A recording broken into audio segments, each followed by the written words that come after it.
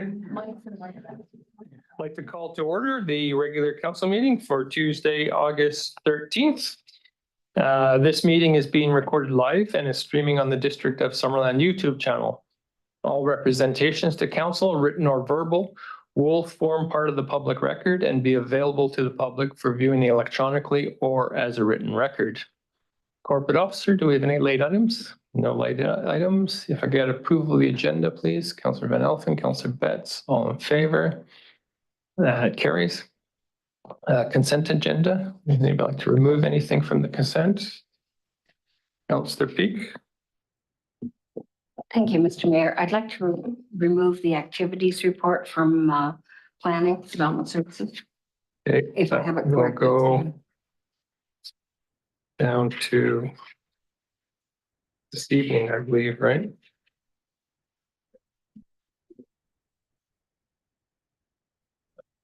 $11. Oh, right. Okay. So at the end of this afternoon.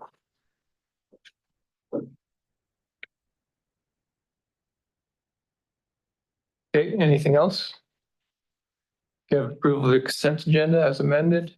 Councillor Betts, Councillor Barkwell, all in favor? That carries. Straight into my mayor's report. So yesterday, CAO Stat and I met with SD 67 Chairman James Palladino and Superintendent Todd Manuel to plan a joint council school board meeting to be held later this fall, likely at the end of October. Foremost on that meeting's agenda will be a discussion on the future of the Giants Head School property after the school closes in 2025. This fall, we can also expect to receive an invitation for the grand opening and a tour of the new gymnasium at Summerland Secondary School, which we were told is nearing completion. In the past couple of weeks, I've been speaking to many people in the community about the sudden closure of BC Tree Fruits. On August 1st, I spoke with the Provincial Minister of Agriculture, Pam Alexis, about the impact the closure will have on Summerland. I told the minister that while the closure wasn't entirely unexpected, the timing right in the middle of the growing season is a big problem for many apple growers. Just as their fruit is starting to ripen, they have no bins for collecting their harvest, no cold storage to take their harvest to, and no way to package and sell their apples. Mr. Alexis said she was hearing a consistent message from everybody she spoke with, especially in regard to the urgency for this year's crop. She told me the minister was speaking with private packing houses about increasing their capacity to accept fruit from co-op members. She also gave me a heads up on the announcement that was made the next day on Friday the 2nd that she was convening an emergency working group to identify what short-term actions can be taken. That announcement is encouraging, but it's imperative some way is found for farmers to get this year's crop to market and that they are paid for the fruit that has already been shipped, and both this year and from last year. Apple production is vital to Summerland's economy and to our cultural identity.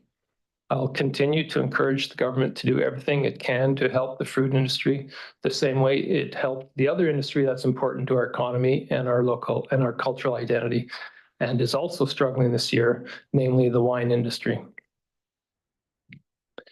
Finally, 6 Summerland youth participated in the 2024 BC Summer Games held July 17th to 21st in Maple Ridge.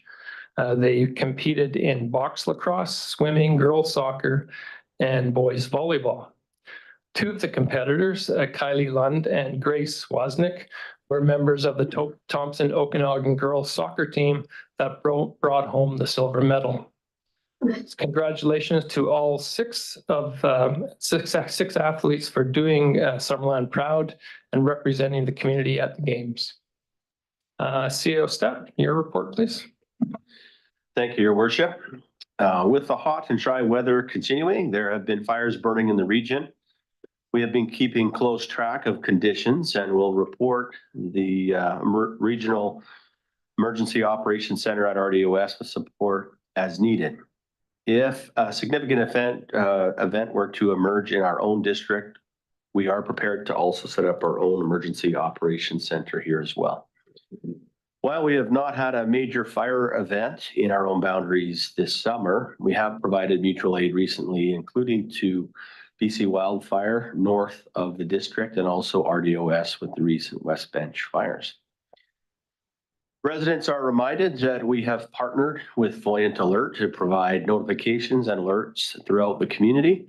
If you have not done so already, please take a minute to sign up to receive notifications for critical events, wildfires and flooding, as well as day-to-day communications such as garbage and recycling information, water and sewer notices, municipal facility updates, and public engagement opportunities.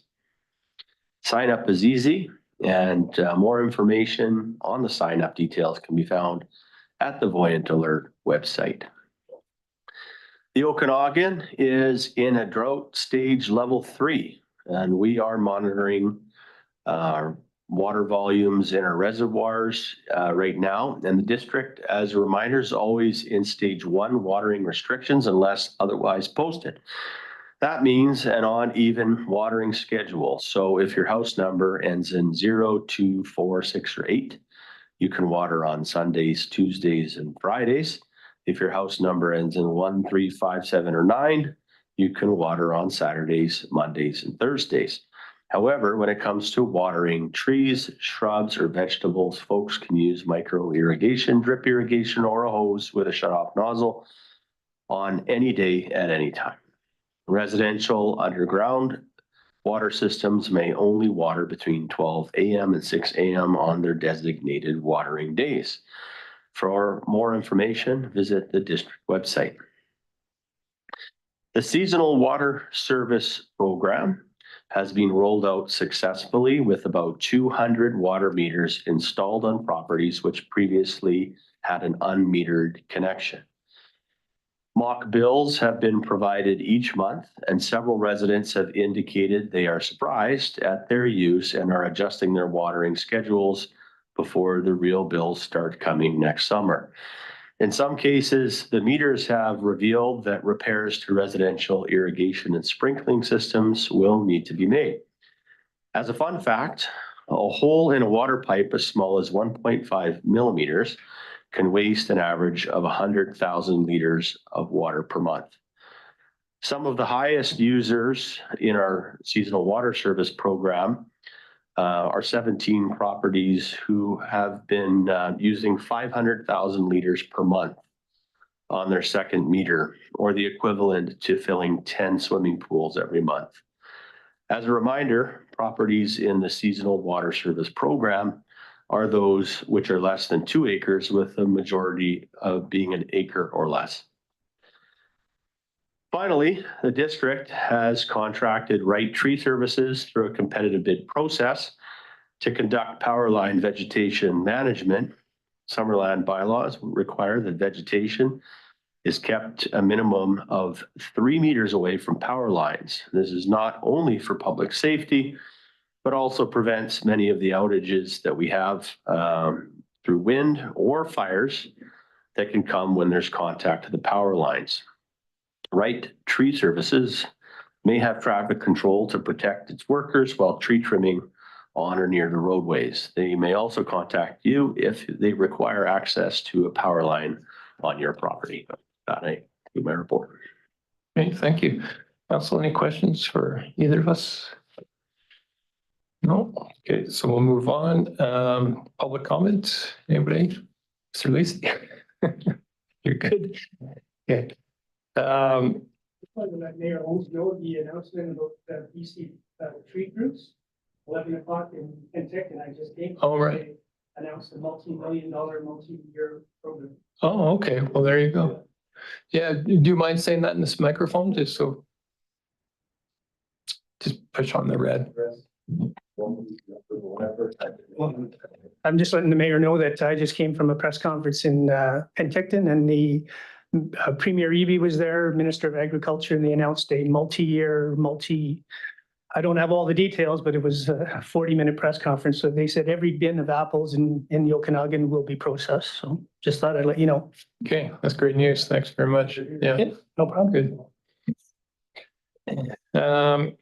Okay, so we'll move on to our business items. We have the fire and our CMP, so Chief Robinson and Corporal Hall, whoever wants to go first. Oh.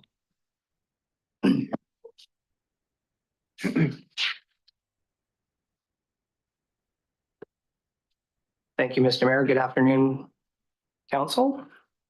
Glad to be here today. Our first slide today is our 6 new members. Well, actually there's 7, but one didn't make the picture taking, but those are our 7 newest members as of a couple months ago. Just thought I would throw a picture of them for you. Takes a long time. That was 2 years in the making for them to be full-fledged firemen meeting our standard for training 1001. So we'll start off with the Q2. If I can get it to work.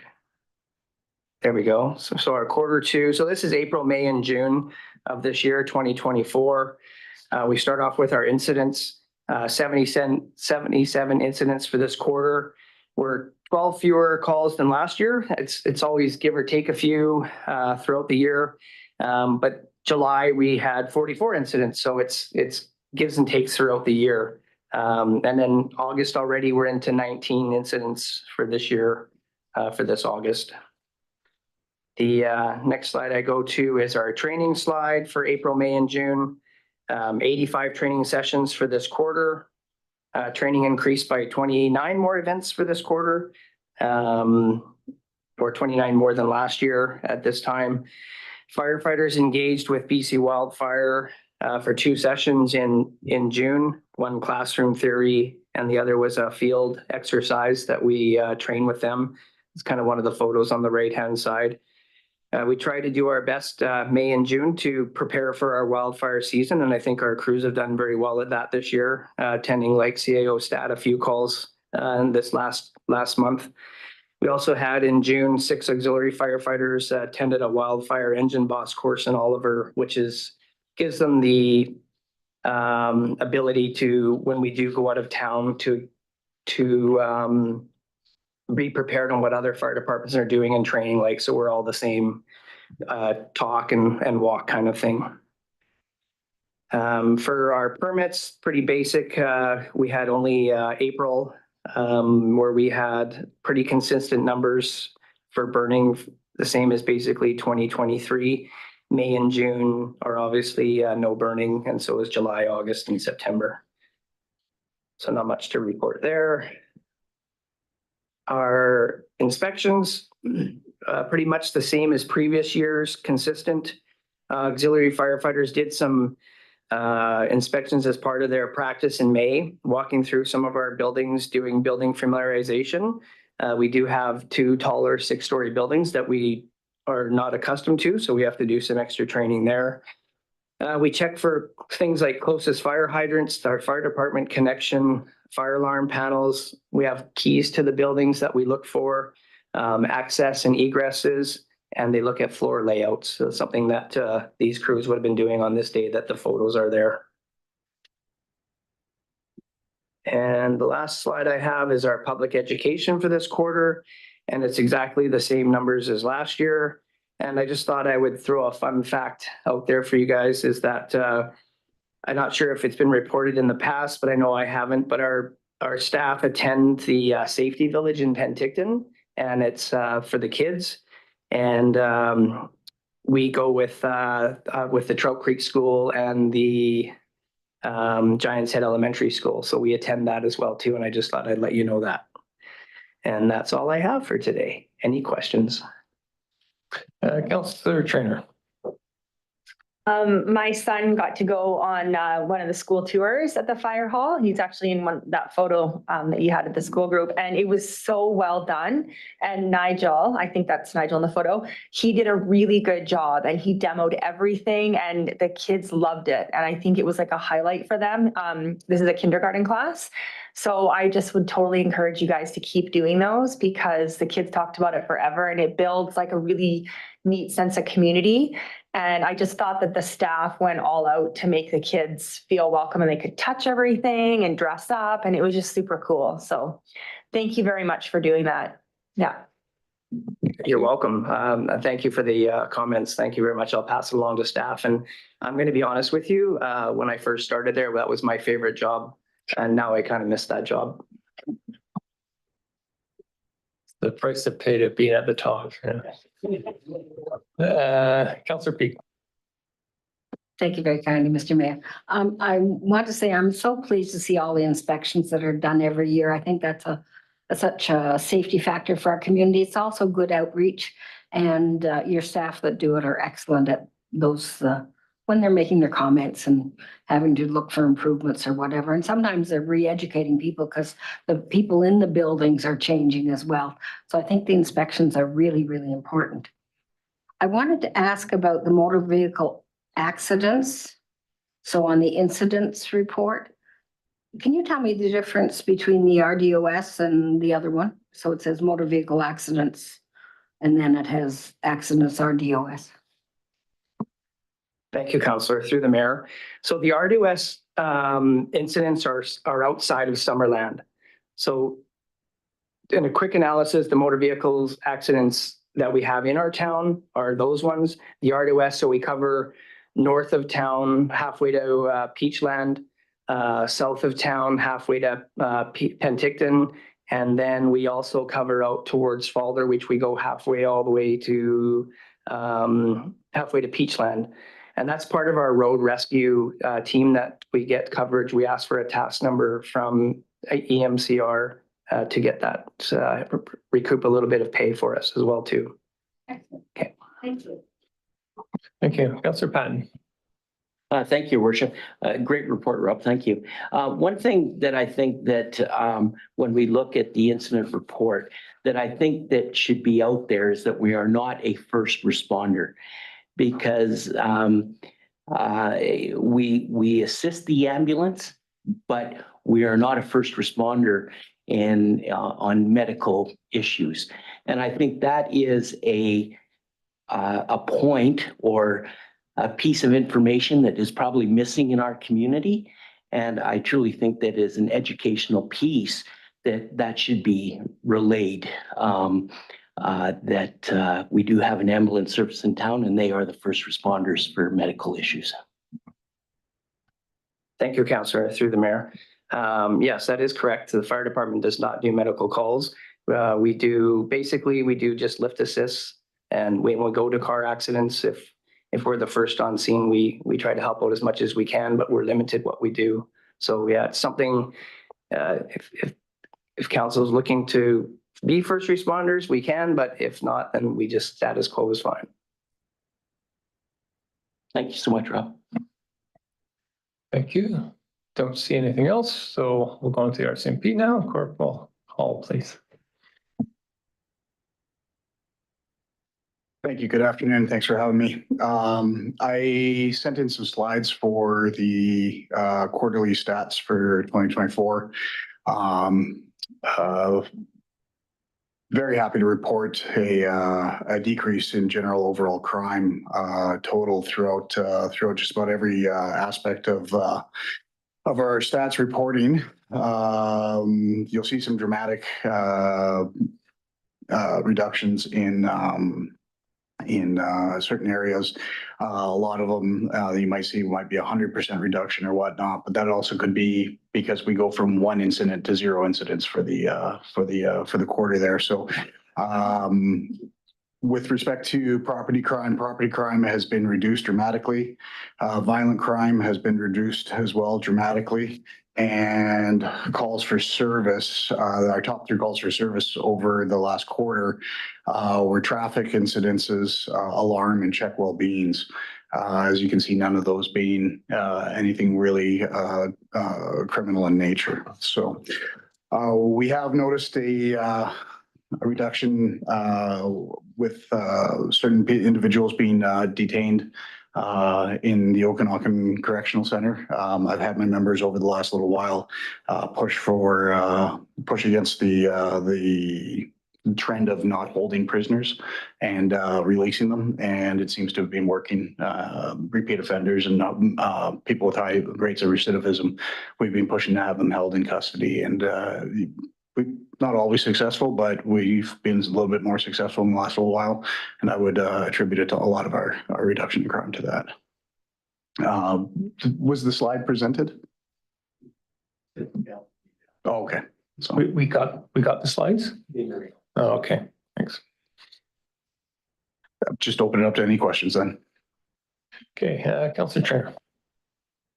Thanks. Over the last while, we have had some vandalism in Summerland. We had some on Giant's Head Mountain, and then recently the Kettle Valley rail sign was damaged and pretty much destroyed.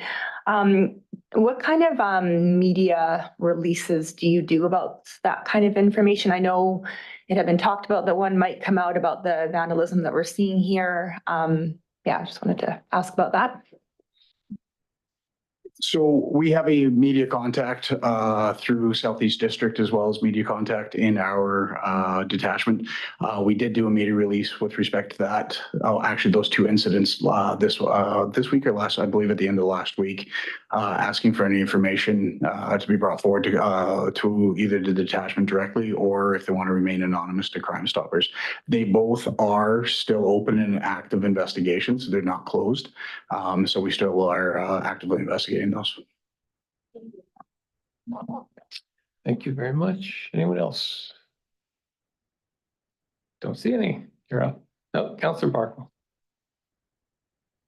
I'm looking at the stats that you gave us in the email, which not everybody might have open. And it certainly does show in most categories, at least percentage-wise, big reductions, although when you go from 2 to 1, it's a 50% reduction. So that's the thing with the stats for a small town. But at the bottom, it says criminal code and CDSA files. What does that mean? What's CDSA? The CDSA is the Controlled Drugs and Substances Act, which the act that regulates or governs all drugs such as cocaine, heroin, methamphetamine, and whatnot. So the things, the totals aren't the same, but I presume that some of these are, I just wondered why the totals aren't the same. For the violent crime, property crime, the total is 31 and 77, but your criminal code and CDSA is 170. So there must be a lot of categories that are not in these two tables here or something. I'm sorry, I don't fully If understand. you look at the total for Q2, Yes. in violent crimes, the total was 31, correct? Correct. And the total violent property crimes was 77. Correct. So that's 108. But then Q2 criminal code and CDSA, in your little table at the very bottom, it's 170. So what's the other 60 different things? Category, is it categories that aren't on the tables above, or what? That's correct. It could be other fraud, others, because there's the one fraud that we have there. It could be fraud, others. It could be petty thefts or whatnot in there as well.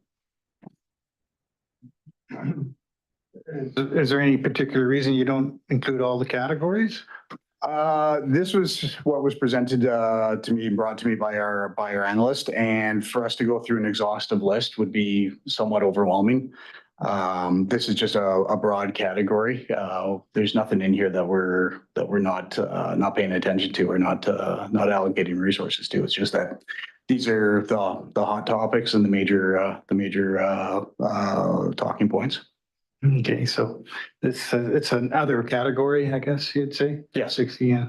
That must be up because total is only down 9%, but all these categories in here are down like 30% and 47%. And So that the other category must be different. It must have gone up quite a bit to, Well, what we don't have in there in the categories that you have here is violent crime and property crime. You don't have the CDSA offenses. So we don't have possession and trafficking and whatnot. So that could that is included in the 170. So that could speak to that not reconciling that number. yeah, do you know off the top of your head, has that gone up or down then this year? Well, it's gone down from 100, the 107 or 187 from the previous quarter. But what we'd be looking at as well in the last couple of years is the decriminalization of drugs by the provincial government. So we wouldn't be necessarily forwarding charges and possibly scoring those files the same. So when I speak to scoring, what I mean is what's commonly referred to as coding and other stat scoring and whatnot. So if we had someone that overdosed on fentanyl, we may score it as an overdose and a medical call now, rather than 2 years ago when we might have charged them with possession of fentanyl. So it could have been the stats could be captured that way.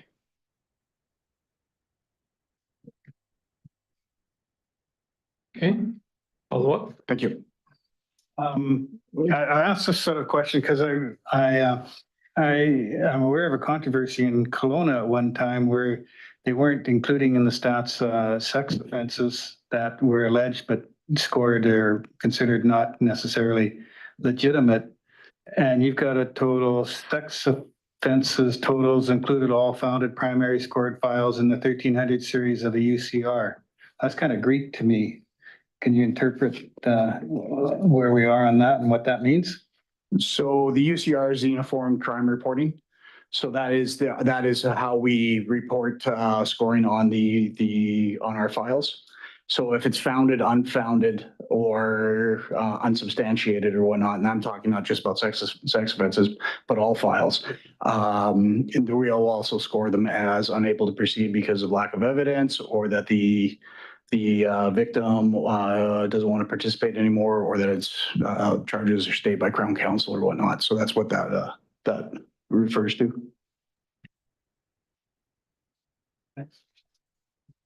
Okay, good. I don't see any further questions, so thank you very much. Do we need a motion to receive these reports? Councillor Van Elfen, Councillor Betts, all in favor? That carries. Thank you, gentlemen. Moving on to 2024 Disaster Release and Innovation Funding Grant, and this is Mr. Torville. Thank you, Mr. Mayor. I'll just summarize some of the council report here. So this is for the 2024 Disaster Resilience and Innovation Funding Grant opportunity.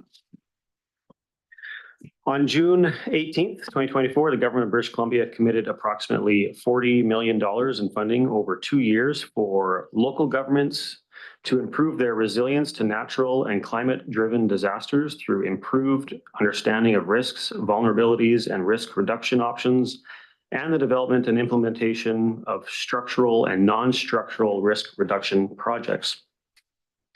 For this grant, there's a new application process, the EOI, the expression of interest process. And how it works is we apply for this grant under an expression of interest. There's 3 ways to apply. You can send in a video, fill in a form, or have a phone interview. And once they've gone through that process, they will select the folks that are able to actually apply on the grant. So at this point, this is just sort of a hands up, say, yes, we'd like to apply on these, and we wait to hear back, and then we actually come forward with a real application. At that time, if we were selected, we would have to come to council and have resolutions for financial support for all these projects. And they are in the capital program already, or in the maintenance budgets. So there's 2 streams to this grant, stream 1 and stream 2. Stream 1 is sort of the planning design stream, and stream 2 is the construction stream. So for stream 1, we are suggesting the Garnet Dam safety upgrades, Rip Rapid spillway widening, $250,000. And this phase, this project and this phase would be to complete the design, estimates, and procurement for a construction project. So this is in our capital plan currently. The next one for stream one would be the Headwaters 1 dam safety upgrades. This is telemetry, a boil investigation, vegetation mitigation, and spillway widening. Again, this is a design project, $250,000. Our last dam safety review found that the spillway capacity was inadequate and recommended telemetry and vegetation mitigation. Telemetry is just remote monitoring. So we bring that into our water plant. We can see what's happening at the dam remotely. Some of our dams have that already. An example being Garnet. We would also, under this project, investigate a dam raise for Headwaters 1. Climate adaptation plan, this would be our third one for stream one, $200,000. A climate action plan is an identified strategic priority for council for 2022 to 2026. The climate action plan is intended to develop adaptation actions that would support disaster risk reduction efforts in the community. And so ADESA would be leading this one. So those are the planning projects for stream one. For stream two, these are the construction projects. Water supply intake and conveyance upgrades, also known as the flume, changing the name on that one. The existing flume and intake structure, which are the sole source of drinking water for the water treatment plant, are approximately 60 years old and are past end of life. The concrete flume is exposed to the elements and the condition of the concrete is poor with frequent repairs needed. The condition and exposure of the flume are a significant risk to the district's water supply. The flume is a single point of failure of safe drinking water to the community. The existing water intake structure does not comply with current regulatory requirements. The elevated creek levels during spring freshet have the potential to overtop the creek bank and current intake structure. This would allow uncontrolled flow into flume, resulting in either failure of the flume or increased levels in the Summerland Reservoir. This project is on the 5-year capital plan between $6 and $7 million. It was estimated a few years ago, so we'd have to update that. This grant has a maximum of $5 million application for stream 2. So we would be phasing this in. We'd be likely doing the intake structure and a portion of the flume. Okay. Second project we're suggesting is the thirst crack mitigation and de-icing system.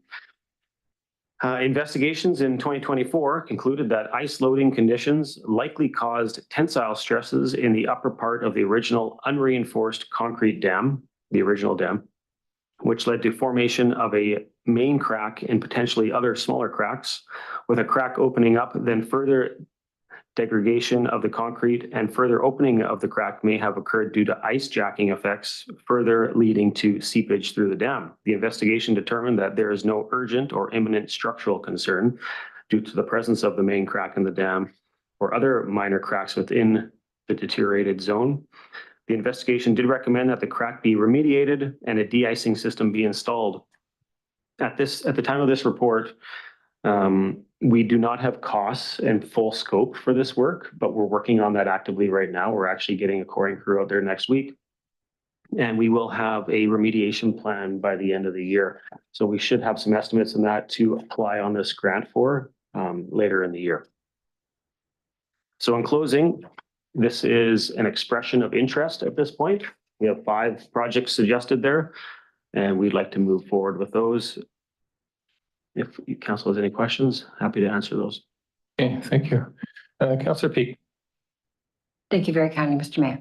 So do we have any idea of how they score these when they're looking at them, or what they do with them and an expression of interest? And I have subsequent. Yeah, thanks, Councillor Betts, through the mayor. All it says in the program guide is that they'll be scoring it against the program criteria. So, which is about a page and a half. Hey, Mr. Mayor. In looking at these projects, I understand why they put forward. Do you internally prioritize any of them, like the $7 million on the flume, because it's our water drinking source? Is that a priority, or do we look at it that way? Thank you, through the mayor. The projects we've identified here were identified using our existing 5-year capital program. And so we just look at all the projects that are on there currently, and there was no projects really vying for which one was more important. Actually, we've got them all sort of listed here already. Any other projects are out past 5 years. So we're just saying, let's apply on the projects we have on the books currently and go from there. Thank you very much for increasing my understanding. It is a bit like throwing mud on the wall and hoping one of them will stick, I guess. Councilor Betts. Thank you, Mr. Mayor. So my question really just kind of follows up on Councillor Peak. Just asking about, do we apply for all three in stream 1 and both in stream 2, hoping that they would say yes to any of them? Thank you, Councillor. They allow up to 3 applications per stream for the EOI. So yes, we would apply for all 5 that are listed here. The reason that I bring it up is just kind of thinking strategically about what our priorities are as a community, like looking at after doing the hazard risk assessment and stuff, and kind of taking that forward into this list of 5. I can really identify kind of stream 1, number 1 and number 2, and stream 2, number 4 seem to be like the priority items in terms of safety for our community. And those upgrades are seem to be like the priority items. So sometimes when you end up throwing more things at the wall, they might accept your lowest possible cost item, even if our other items might be more of a priority for our community. So I'm just looking to kind of have that discussion about what you think about that. Thank you, Councillor, through the mayor. We did talk about that as staff, if we apply for too many, are we not going to get the ones that we want, et cetera? So there's no way to know. So the guideline doesn't say that. It says you can apply on 3 per stream. So that's a bit of a guessing game. 4 of the 5 we're applying for are dam safety items, and very important. And they align very well with the guideline for this grant. So I would suggest we apply for at minimum those 4, because the grant seems to be written for those projects. They're a very, very good fit. Follow up. Yeah, just related to that. So, and I would agree with that. I just think actually that the climate adaptation plan is that one outlier that if they were going to say yes to something a little easier, it could be the climate adaptation plan, and not that it doesn't have value. It absolutely does. But just that those other 4 are just those priority items that I would hope that the response would be, if they were going to say yes to any of the 5, I would hope it would be to those 4 before that last one. So that would just be that's my take on it. I think, the stream ones, they're all kind of the same price, same ballpark. I like, we don't know that if we apply for one, whether they'd accept it or not. And so if you kind of there's 2 ways of looking at it, you can just apply for as many as you can, not knowing which ones that will interest them, or else you just choose which one you want and you might not get it. But Councillor Patton. Thank you, Worship. In 2024, when UBCM denied us, or I don't know if that's the correct word or not, the grant, did they give us reasoning behind why we were not successful? And I guess the second part is, if they did give us any indication why we were not successful, have we incorporated that into this where we may be successful in this go around? Right. Thanks, Councillor. Just to be clear, that's for the climate adaptation plan. I'm sorry, yes. We would have to confer with Odessa on that to see why we were rejected on that one and see what we can improve to. This is a totally different grant. So we'll be implementing some different strategies when we write this one. This is just an expression of interest at this point. And they literally say in the guideline that they could have a phone call as the application for the expression of interest. So it's not a huge time commitment. This stage of this grant is very simple, and I think we just get the information in front of them. This is what it's for, and then they contact us to see if we actually want to move forward with a detailed application, which would involve, a dozen different research documents, and there's a lot involved when we're applying for the real grant, especially for the stream two that are construction projects. So at this point this is almost like a preliminary application at this point. I think this approach is, it's probably encouraging. In a way, it's very much like a response to our SILGA resolution from last year about how, government used to have all these applications and not fund them all because it was oversubscribed. So I think this might be kind of their way of dealing with the problem of having oversubscribed grant applications by doing the expressions of interest beforehand. So I think we kind of have to be encouraged that they're doing it this way. Councillor Barkwell. Yeah, on the flume intake and conveyance upgrade, they always seem to come together, but it seems to me that the flume intake is the more important part, considering that we get a lot of high water events now with the water coming down so much faster and earlier and all at once because of the logging and such. Can they be unbundled? I mean, the flume, to me, I think it should be daylighted and just be a creek. It's a creek all the way to that point.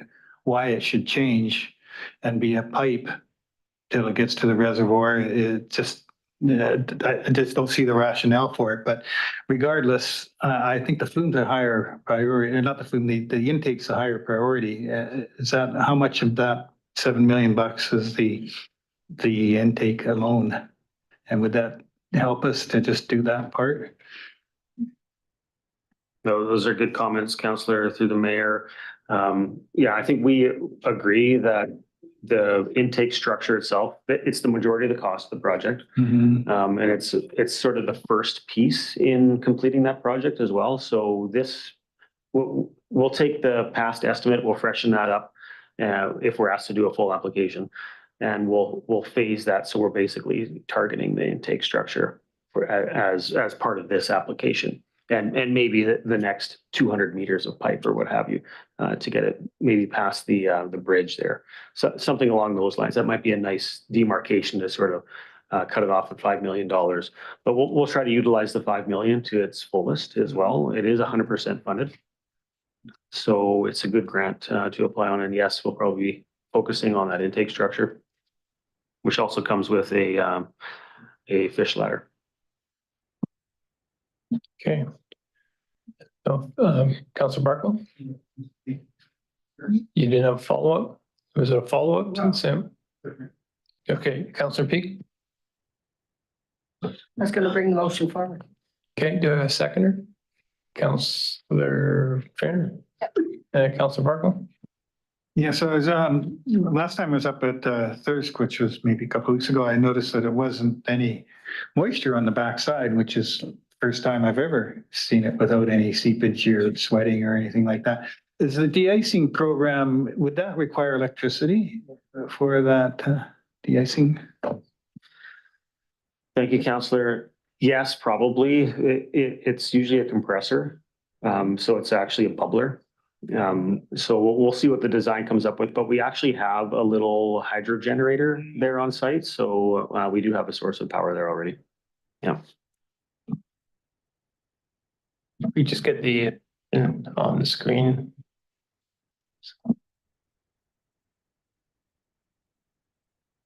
Councillor Betts? So are you planning to send in a video standing at the dam? Maybe Odessa can do that for us. We'll let you decide which approach you want to take. Okay, any further questions? We're just going to get the motion up on the screen there so we know what we're voting on.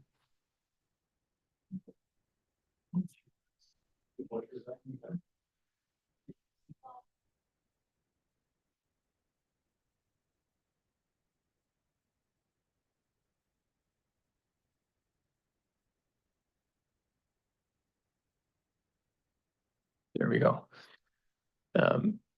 So as the staff motion, it's been moved and seconded. Any further discussion? I'll call the question. All in favor? And none opposed. Carries. Thank you. Moving on to appointment of our auditor. Renee. Thank you, Mayor Holmes. The district recently concluded an RFP process to solicit proposals for external audit services for a 5-year period starting in 2024. 2 proposals were received, and after an extensive review, BDO Canada LLP was selected as the successful proponent. BDO has been the district's auditor for the past 5 years, and staff have established a strong relationship with the audit team. We look forward to a continued professional working relationship throughout the upcoming term. That's everything. Councillor Schenner. I'll bring forward the motion as presented. If there's no other questions. I'll second. Okay, it's been moved and seconded. Any questions? Councillor Peak. Not so much a question as a comment. I know other organizations that have tried to look to a proposal to look at opportunities for other auditors. And it must be a difficult thing to get them to submit because people just aren't submitting the way they have in the past. And those organizations have had that problem too. They may have only got 1 or 2 bids. Through the mayor to Councillor Peak, I'll just comment on that. We did speak to our auditor, and it is something that firms are concentrating on, a specific field. So maybe some of them are tax specialists, some of them are focusing on corporate work, and there does seem to be fewer and fewer that are doing audit work. So we had BDO and Grant Thornton that submitted proposals for our request. Councillor Bark. So do we have a price from them? I don't see it in the report. Just wondering how much it's gone up from previous years.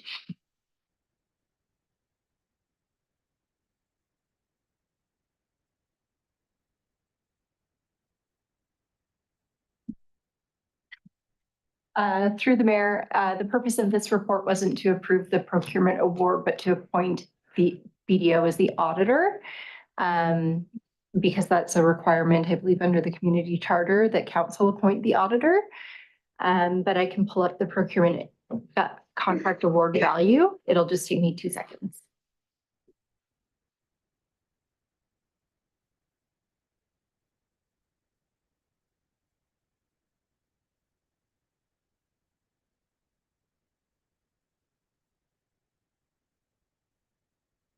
Through the mayor, the contract award value over a period of 5 years is approximately $183,000. And I can pull up their previous contract if you'd like to compare the numbers to that.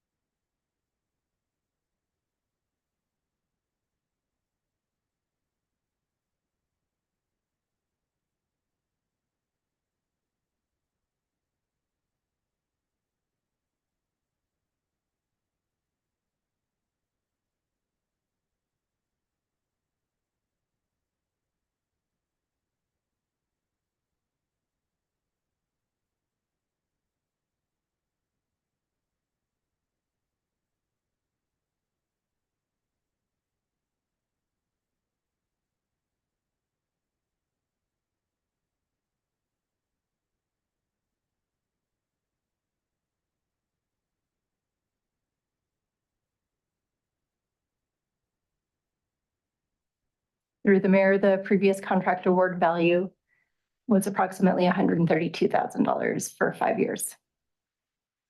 So that's why your taxes have gone up. Yeah, well, that's the world we live in. Okay, so is the motion on the table? Yeah. Yeah, okay. Any further discussion? I'll call the question. All in favor? Any opposed? None opposed. That carries. We'll keep moving to the 2024 operational results. Rennie? Thank you again, Mayor Holmes. The first 6 months of 2024 have been very comparable to previous years for the municipality. Operational revenue is on track across all funds, with actual values surpassing budgeted figures. Of course, the largest component of general fund revenue is property taxation, which was billed in May of 2024. The water, sewer, and electric fund revenue figures are all close to 50% of the budgeted amount, which is very reflective of projected amounts.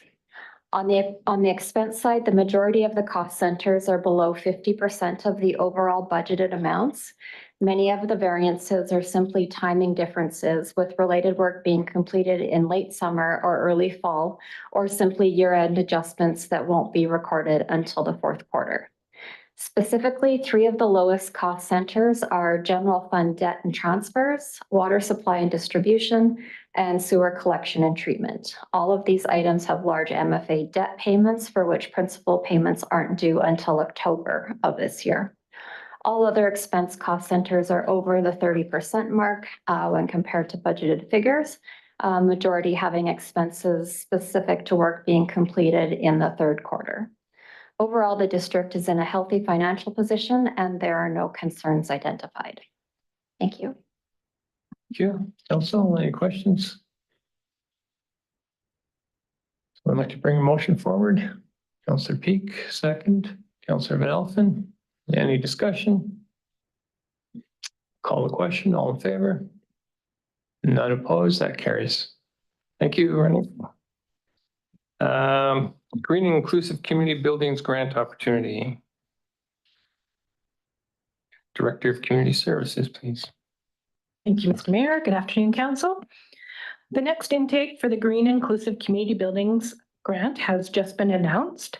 This could potentially be a second intake for our municipality as an application, and it is the third intake for the program. Staff have quickly put together this report so Council could review options and provide direction. Further analysis on the program criteria is required, as well as attending upcoming online program webinars. Staff are seeking input from Council on whether staff should dedicate time and expense on applying for this opportunity, and if so, which direction to go in. Applicants are invited to apply between September 4th and October 16th, and the maximum award remains the same at 25 million of eligible costs for both large retrofits and new builds. The Summerland Aquatic and Fitness Center remains at the end of its useful life, and repairs are occurring on the roof and other elements of its structure, and operation is being examined with the intent of bringing a full picture to Council this fall in time for budget deliberations with the maintenance plan. Any scenario, whether a new build, reduced scope build, a retrofit, or ongoing emergency repairs, will involve public monies. Staff require direction on whether to apply, and if so, in what manner, and we've provided a few scenarios for Council's consideration. So the first scenario is to update the pricing on the original new build option and reapply. So essentially that would be taking the information that we have right now and updating the pricing today's costs. Scenario 2 is to reduce the size of the proposed facility, recreation center, and reapply. So staff would need to examine what ways the project could be downsized to reduce the costs, with the aim that the effort would result in a lower price point than the original concept.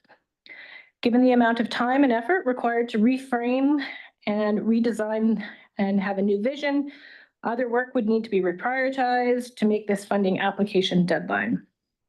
An added complexity to this option is the calculations for the green elements of the build, and they would all need to be redone. It is presumed that the reduced size option would remain co-located with the arena complex, with the smaller footprint offering a remedy to the public concerns that we heard about parking on site. Co-location would allow the attractive elements of the original GICB grant to be highlighted, such as the heat capture from the arena. A third scenario is retrofitting the existing building. GICB program allows for applicants to submit retrofit concepts. However, such applications must remain within the original footprint. So anything 30% of an increase or decrease in the footprint is considered a new build under the program criteria.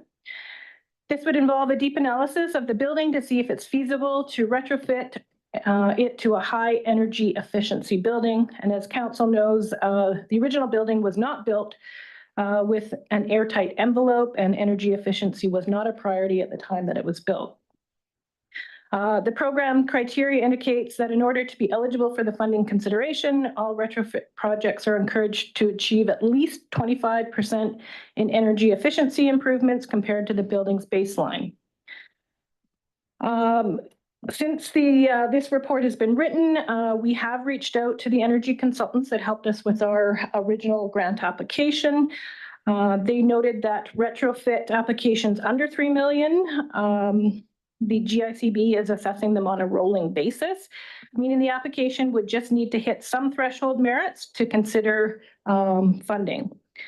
Any applications over 3 million are competitively assessed, meaning the program will compare the application to others and select the top ones. So this would require doing net modeling, RET screen modeling for the energy consultants to scope out the retrofit projects and looking at what upgrades could be considered, whether it's envelope upgrades, boiler replacements, HVAC improvements, and the costing for that. And the fourth scenario is exploring funding options during the 2025 budget process, which could be considering a different location for a facility such as Giants Head School or a different design. And that would involve exploring that through the budget process and perhaps not applying to this grant at this time. Or it could be doing that as well as submitting an original option or original plan, or potentially any of the other scenarios. So looking at applying for the grant, but also looking at other options should we not be successful in the grant. If an application is pursued at this time, the grant application will need to identify how the remaining project funds will be covered, including potential borrowing or electoral approval. So with that, I look forward for direction from council. Okay, thank you. Questions, Councillor Shaner? Just on that last, I have a couple questions, but just while I remember on that last note, do they require that we have approval already for additional funding? If, say we got a grant for 25 million, do they require that we've already secured that other 30, or can we just say what we would plan to do should we get the grant? Through the mayor to Deputy Mayor Trainer, similar to what we had to do last time is we didn't have to have the funding secured and identified at the time, but we did need to note in the grant application how it would be achieved. So what we had said in that application is that we were going to referendum for the remainder. Okay. Did they, so I have a couple questions. Can you remind me, did we find out any reasons why we didn't get the 25 million before? Through the mayor, the explanation we were given is it was oversubscribed, but we did not get a detailed breakdown of our application and what scored strong and what didn't score strong. Okay, that's too bad because that would, which we could do. But as says in the report, that the only people who can apply for this grant are the ones who weren't successful last time. Correct? Like you can't have, no, I thought it was only, this was only open to the unsuccessful applicants. Open to everybody? Oh, okay. Okay, can I ask a couple more questions? Is that okay? Okay, so in option 2, you suggest, or option 2 suggests that we reduce size, and I guess that would reduce the overall cost. Would that, I just don't see how that would increase our likelihood of getting a grant, or are those two things I don't see the purpose of reducing the project because it's not like it's going to increase our chance of getting a grant, is what I'm saying. through the mayor, that's correct. It's just an option to lower the overall project Overall cost. cost, So okay. that it be, if we were to be successful for 25 million, the other remainder would be lower. Okay, okay. Okay, I'm not in favor of a retrofit. We'll come back to that. Let's get the Okay, questions out of the so way then, okay, first. can I? Any more questions? No, not right Okay, this second. thanks. Thank you. Councillor Van Alphen. Thank you, Mr. Mayor. So you talked about location, and last time there was a lot of feedback about the arena parking lot, the size of the additional building, and a lot of people voted that way, that they didn't want to see it there. Reducing the size may change people's minds, but that's hard to say. You mentioned consultants again, so we don't have the cost on how much it's going to cost to hire consultants. Then we talked about retrofit. And again, I guess we'd have to talk to consultants on energy efficiency and what have you. But bottom line is we're going to have to go back to a referendum, correct? Corporate officer? Yeah, through the chair to Councillor Van Alphen, if council borrows any money for this project, it will require approval of the electors. That can be done through an alternative approval process or through a referendum. Thank you. Councillor Van Alphen, or Barco? Thank you, Mr. Mayor. I don't see it in the report, but you spoke about a $3 million threshold for the energy retrofit program. And if I understood what you're saying, which I may not have, that if you can demonstrate you have at least a 25% increase in energy efficiency, that $3 million is automatically awarded.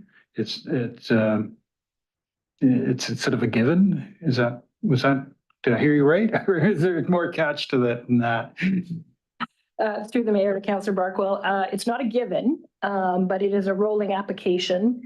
And there are certain criteria that they score it on, and they will be considered as they come in. And so they could make a decision prior to the intake closing. And if it meets certain criteria, they can approve it, but it's not a guarantee, and it's for 80% of that project. So given that our building was built way back in the middle 70s, and as you mentioned, not designed with energy efficiency in mind, do we have any idea of what efficiency gains we might be able to gain through retrofitting that building? And maybe there's quite a few, and we'd be a shoe-in for a grant funding to do some of the necessary work that we have there. Yeah. So we don't have through the mayor, we don't have the information on how to achieve that, but we could bring in the experts to come in and do a study and indicate how that could be achieved through what means. So whether it's HVAC or if it's improved boilers, envelope upgrades, things like that, they could do the measurements, what they call a RET screen, and provide that as part of the application process for that stream.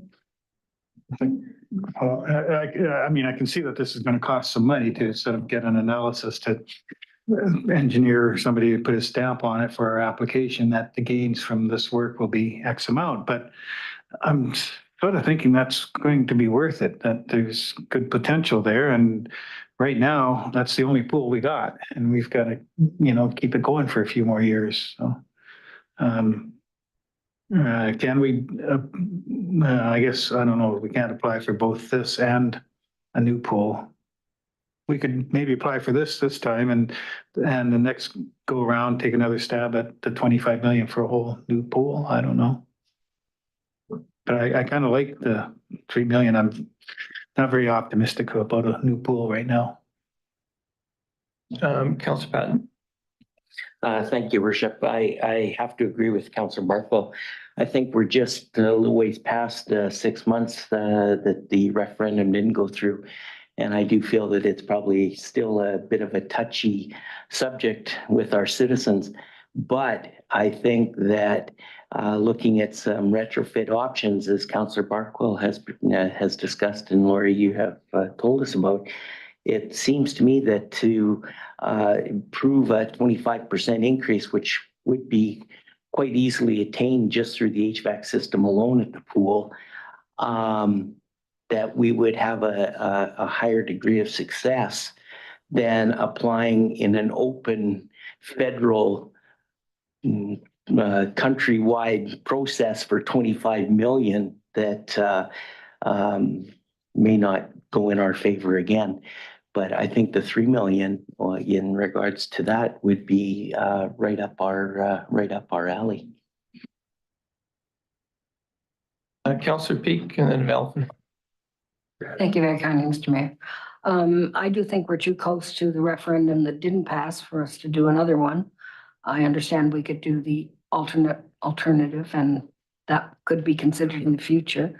We're going to have some other discussions that may give us an opportunity with the school board with another location, maybe, who knows? But maybe there's some doors opening for us. The opportunity for retrofit, it was sort of up to 3 million. It was non-competitive. Over 3 million, it was competitive. Is that correct, Lori? We don't have any idea what that retrofit would cost us because we haven't done that piece of work. But for 25,000, it might be worth doing that piece of work and seeing what it would take us to on a retrofit and put that in as opposed to bidding for the 25 million just at this point, with the hope that that opportunity could be available down the road. Okay, does anybody have questions? Yeah, okay, Councillor Mel. Thank you. So the 25 million can be used for retrofit if it doesn't, if we don't have, you can't add 30% more onto the building, but you can use the 25 million to retrofit our existing facility. Okay. Thank you. Mr. Barco? Yeah, but if you change it more than 30% or something, it's considered a new build, right? So an addition or new build or, yeah.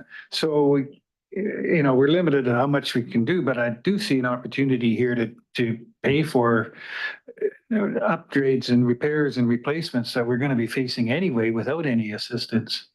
I don't know exactly until we get those report, but this report, but I certainly see some opportunity to cover what we're going to have to pay for out of our own pocket anyway, if we're going to keep the pool open. CEO, sorry. CEO? Yeah, I think that, thank you through the mayor. I think the clarification is a 30% increase or decrease in the footprint makes it considered a new build under the program criteria. So we just need to have that in mind. And the retrofit, we definitely, if we're leading that way, need that advice from the consultants, because one of the things we learned, I think it's in here too, is even with the roof, we're kind of interested in some energy efficiency when we did the roof. And then, sure enough, we talked about, well, if we insulate the roof, and you're going to have more snow load because our leaky air roof right now melts the snow, and the snow load adds the weight, and then it changes the engineering of the facility. So I am encouraged to, maybe there's things with HVAC or other things that can be done to hit that minimum 25%, but things like the roof probably gets a lot more complex quickly. So, yeah, just some additional comments there. So are we confident we can hit that 25%? Through the energy consultants that we worked with before, they feel that it could be achievable. I mean, they'd have to go in and do the modeling, but I think they're fairly confident that they could find some areas of energy efficiency and through this grant process. Okay. And so say that we go with scenario one and we just put the same application we put in again. Is there any way we would be able to phase the project by, putting the multi-purpose rooms in at another date And so we would have that option. You know, if we received the money and to reduce the initial cost, that we just build the pool and phase in the multipurpose rooms and the gym and everything like that at another time. How feasible would that be or not? I think we probably could. I just don't know how that impacts the net zero numbers. So I know that we did the footprint of the roof in order for the solar panels. So if we didn't have that in the original scope and we weren't meeting those targets, that might come into play. So we'd have to do a little bit more research to see if that's an option. But as far as a phased approach to a building, you know, I don't see why that would be an issue. The CAO, do you have any further comments on that? But I mean, if you apply for the grant for the total project, but once we start to build it, that we only build we phase it in, that we you know, we don't have to do it all in one phase necessarily. Through the mayor, I just know that in the previous intake, we had a deadline on when we had to complete the project. So that might come into play. I'd have to dig a little deeper, but that might be a challenge. Sia? Yeah, I mean, thank you, Mr. Mayor. I mean, it's just a little too bad about the timing, because I think a lot of possibility exists at the Giants Head Elementary site to do something. And like even on this retrofit, if the school board decided to work with us on that, I mean, you could see that money being used to help retrofit the school building to do something on the recreation side. So it's almost like, I don't know if they're going to do another intake or not in the future, but you know, the tough part about this is we could lean into this and then find out there's a lot of possibility and willingness to work with us on that other location, which could actually be a really positive location for just a pool maybe, and then using the school for some recreational. So, I mean, I guess the timing's just the timing, but you know, I think just a bit more time with the school board thing, we could realize some real opportunity and collaboration there. Lori? Just looking through the grant application, the project needs to be completed by March 31st, 2029. So I'll go back to Councillor Trainer. Sorry for cutting you off earlier. We're into discussion now, I think. So we're okay for discussion now? Okay. So I probably have the unpopular opinion here, but that's okay. I would support scenario one. I think that, you know, $3 million is just another Band-Aid on our current pool. And I'm just worried that, you know, we're gonna uncover one thing and it's just gonna be more and more and more. And we're just gonna have to keep putting in money, and it might give us another, I don't know, 5 years or who knows. I think there's too many unknowns, and I have a lot of trouble spending more money on an older building. I think that if we did apply for scenario one and we applied for the grant, again, for 25 million, and say we did get it, there could be a possibility that the outcome of a future referendum, say at the next election or something like that, would be different, because the voters would know that we already have 25 million secured. I think that was part of the problem, is that there was unknowns in the last referendum. I'm not sure. So anyhow, I mean, that's, you know, that's just where I'm coming from. I have trouble spending money on that old pool. You know, I do go to the Penticton pool sometimes, and there's so many Summerland families that are using that pool too. And, you know, the referendum didn't pass. I completely acknowledge that, but it wasn't a huge difference. I think it was 46% versus 56. I could be wrong on that. I think it was around there. So I think that, you know, if we could get that grant, there just might be a different opportunity. And then we're just ahead of the game. By continuing to put money into our current pool, it's fine. It's just, we're just prolonging the inevitable with that place. So that's my thought on that. I would pick scenario one. Okay. Do you want to, Councillor Barwell? I'm just wondering, I know that there's certain energy efficiencies in that arena location, not a lot, but some, like the ice plant contribution, I think that largely goes to the RCMP, but there was a little, but I just wondered whether it would be, we could apply for the 25 million for a new pool. And then if the opportunity to move it to the Giants Head location, Giants Head School, is that at all feasible? Would it be, for an extra $1 million or something, that would be maybe a good choice? If it's an extra $10 million, that wouldn't be such a good choice. Just wondered what the technical difficulties in that would be, if we have any idea. Through the mayor, Councilor Barkwell, the modeling in the grant application is based on that site. So we would have to do a different application for that site to be able to prove that we could achieve the requirements for the grant. Wouldn't be able to. Councillor Peak. Regardless of what you just said, if there was the opportunity to do it at a different location, perhaps being that one. I'm looking at what Councillor Trainer said in terms of timing, because if you do a referendum at the time you're doing an election, you're not adding another $60,000 as a referendum cost. And that's, is it 2026? Okay, so then if this has to be done by 2029, can you do in 3 years what you need to do if we did the referendum in that stage and they said yes?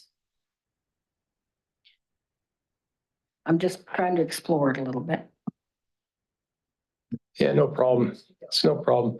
The way I agree with Councillor Trainer. I say, okay, you apply for scenario one, and really for this grant, that existing project is fit for that grant. It's got the heat exchange with the arena. It's all set up for that. It took them 1.5 years to make a decision last time. So we can assume it's going to take them 1.5 years to make a decision this time, right? And so we would know sometime towards the end of 2025, let's say, that we might, early 2026 even, that we might hear about whether we are successful or not. And so the timing in that sense could work out quite well for going to a referendum in the fall of 2026. Because then we'll know whether we've got the grant or not. And I kind of agree that it doesn't make a whole lot of sense applying for this $3 million for the retrofit of the existing pool. I do think it'd make a lot of sense to apply for the $3 million for retrofitting Giants Head School if we decide to build something there. That would make a lot of sense, but we're not there yet. So I'm in favor of giving it one more kick for this grant for what was planned. For a lot of public consultation went into this location, to this site. I say we give it one more try.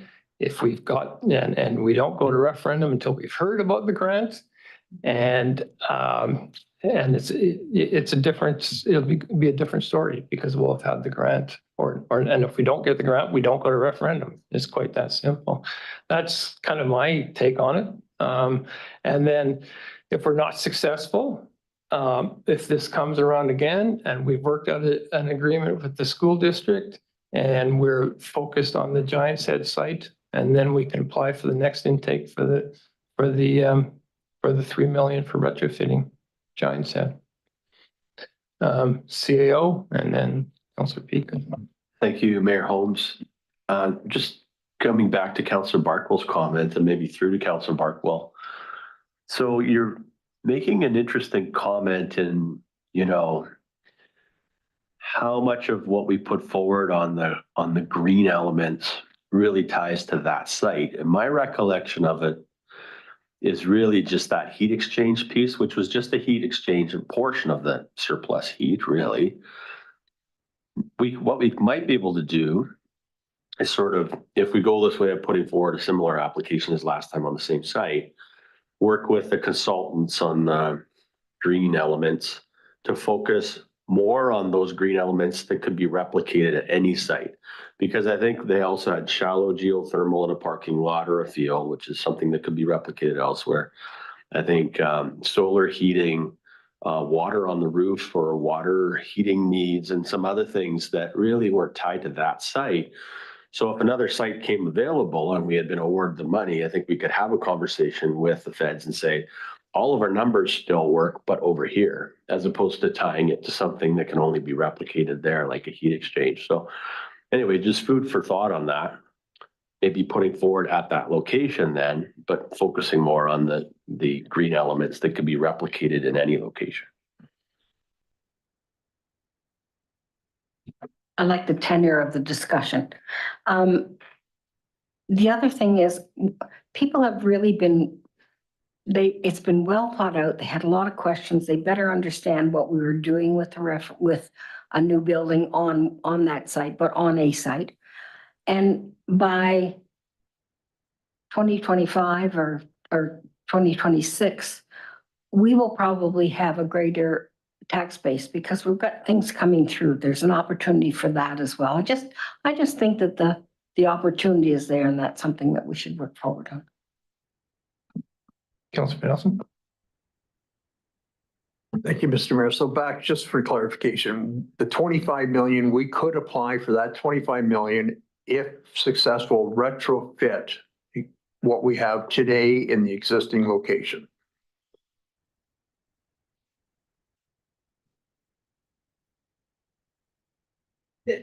Sorry, through Councillor Van Alphen, is the question whether or not there's a program for a retro? Yeah, Yes. yes. So we It's could, not this particular application we have right now. We'd have to write a new application for that.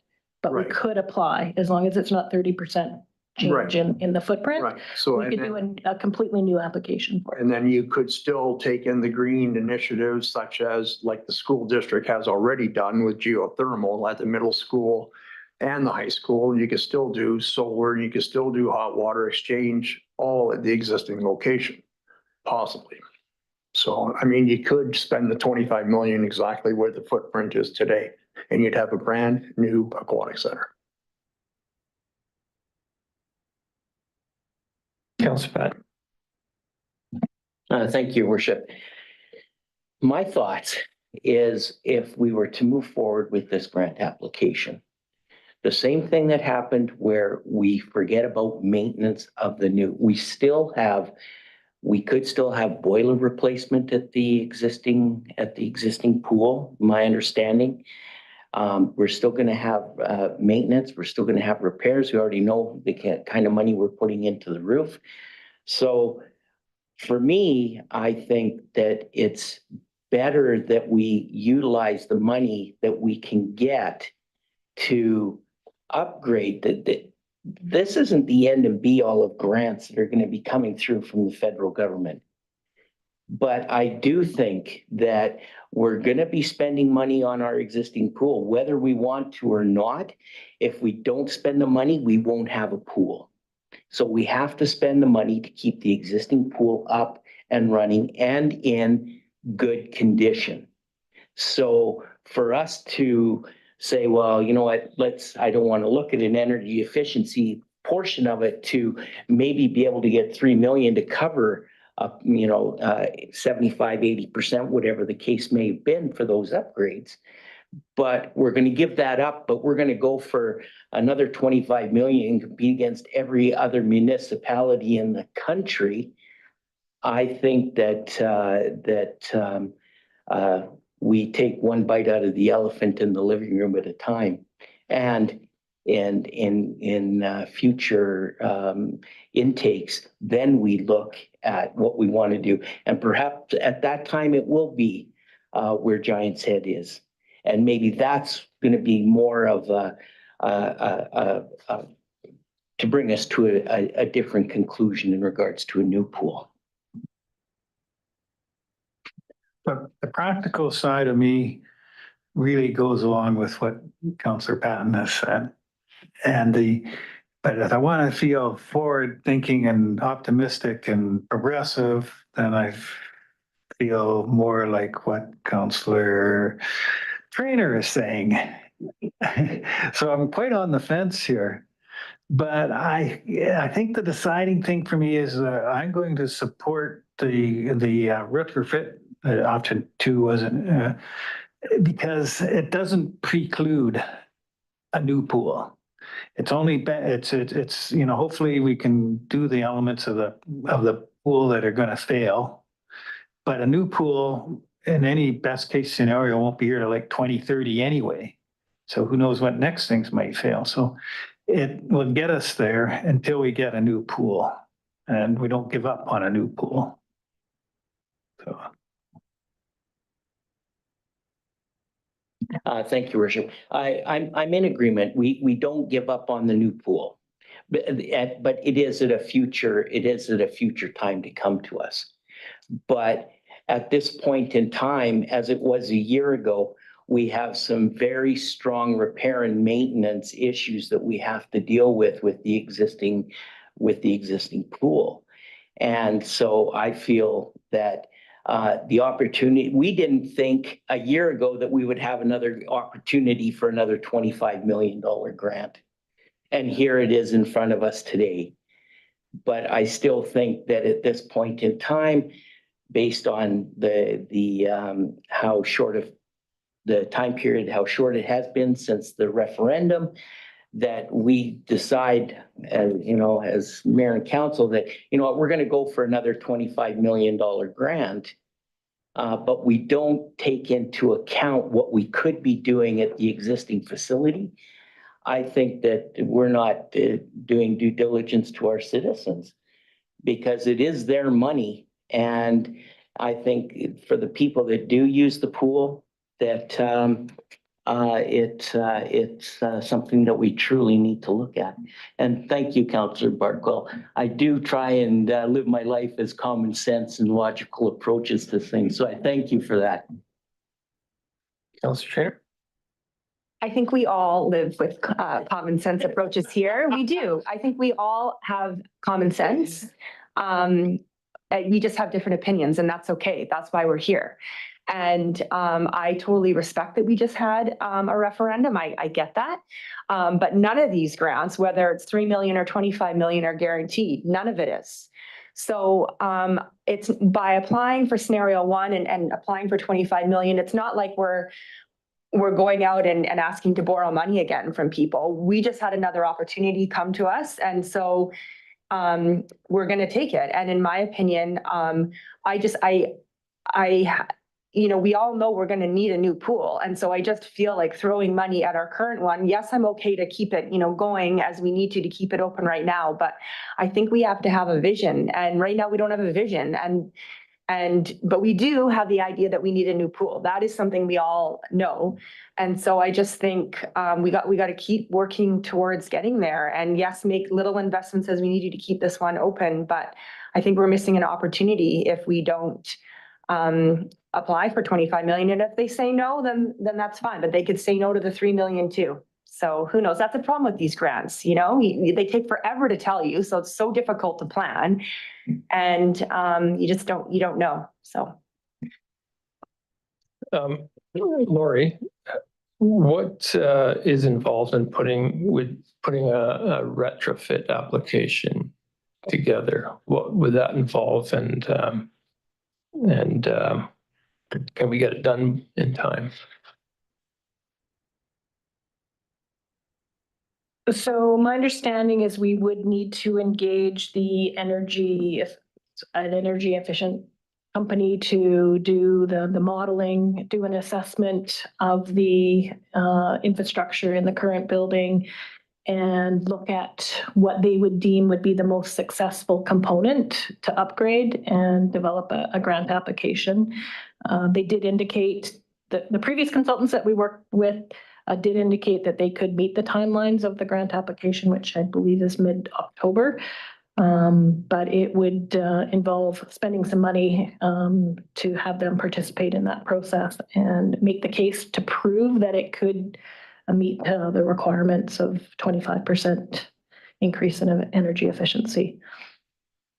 So it would be a whole new application, but it could be done within the timeframe. I think all these are totally relevant and achievable options, in my opinion, Mr. Mayor. My only caution is, and just from the learnings with the roof is, we'll have to really beef up any estimates if we go the retrofit direction. Like we thought changing that part of the roof would be $100,000. We had quotes from reasonable people that do stuff all the time in this area. And then we encountered the rot in the roof and the problems associated with that and the structural integrity issues. And now we have to add another 240,000. So, the $100,000 roof repair turned into 340. And it's not anything we could have avoided. It's because you don't know what you don't know until you're peeling back a wall or something in that particular issue. So I guess that'd be my only caution is if we go the retrofit route, we might have to really pad some of those expenditure estimates as we build that to really be realistic. So we don't end up holding the bag if we run out of that money and have to pull from reserves to make up the difference.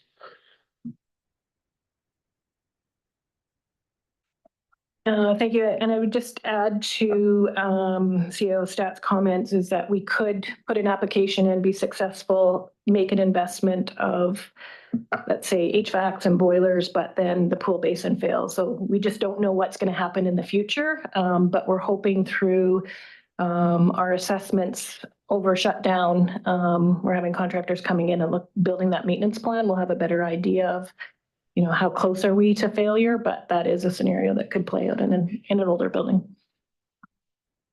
Mr. Peak? Yeah, I make mention and I'm asking to affirm what I'm seeing, that to explore the retrofit, the estimate for the work to be done to do that is $25,000. To do scenario one, the estimate to work on the previous concept is $5,000 to $10,000. And could be coded in the 100,000 allocation for the pool project this year. Are those still correct?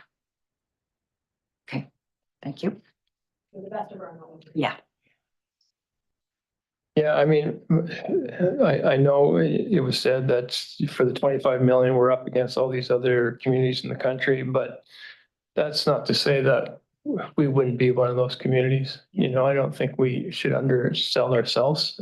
I think we can put as strong of our applications as strong as anybody else can put together. And you can say the same thing about the 3 million. We're up again. I would think any assessor looking at that money at where you get the best value for money, I'd say, well, the $25 million application is a better value for money than throwing 3 million at something that's probably not a good use of money.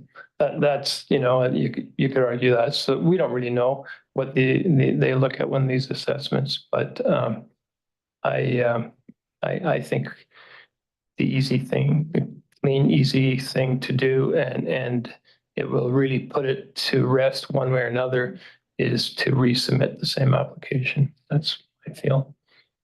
But either way, we need somebody to put a motion on the table. Councillor Trainer? I'll put a motion on the table that we go with scenario one. Second, okay. Any further discussion? Councillor Barco? What was it that was said about finding out inadequacies in our previous application? Did you say we could find out a bit more, or where it was weak or anything? The feedback? Through the Mayor, Councillor Barkwell, our intention would be to try to get additional feedback about our grant application and how we could improve it. I don't know what they'll tell us or how detailed they will provide that information, but our intention, if that council was to proceed with that, that would be one of the first things we'd do, is how to strengthen our application. Okay, thank you. Councillor Trainer? Yeah, and I don't know if there's a spot to emphasize this if we do resubmit, but like communities like ours, we can't afford to build new infrastructure like this on our own. Like we have to have government, or we have to have money from the province and the federal government.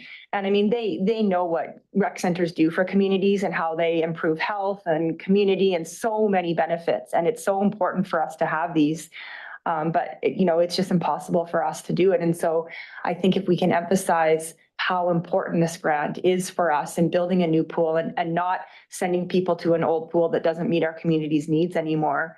I think that we need to emphasize that for sure. Councillor Peak. I'd like to speak to what we could emphasize as well with the planning coming from the province for the new initiatives in terms of expanding the opportunities on single lots. I think that we really need to emphasize the fact that we see our community growing, and that as we become prosperous in expanding those applications, that will improve our tax base, but the opportunity to service the people with the amenities that are needed in the way that we have in the past is extremely important. And their changes to legislation say that they want to see that as well. So I think that's all a piece you can tie in when you're writing your application for your grants. And I think that we have a very good chance with a $25 million grant. Councillor Malcolm. Thank you. Just going on what Councillor Peak had just eloquently stated. Yes, we have all the infill. We have growth coming in the future. We know of that. And with the infill, we'll probably bring in more, but we'll hopefully bring in more children. So the closure of Giants School will not be permanent forever.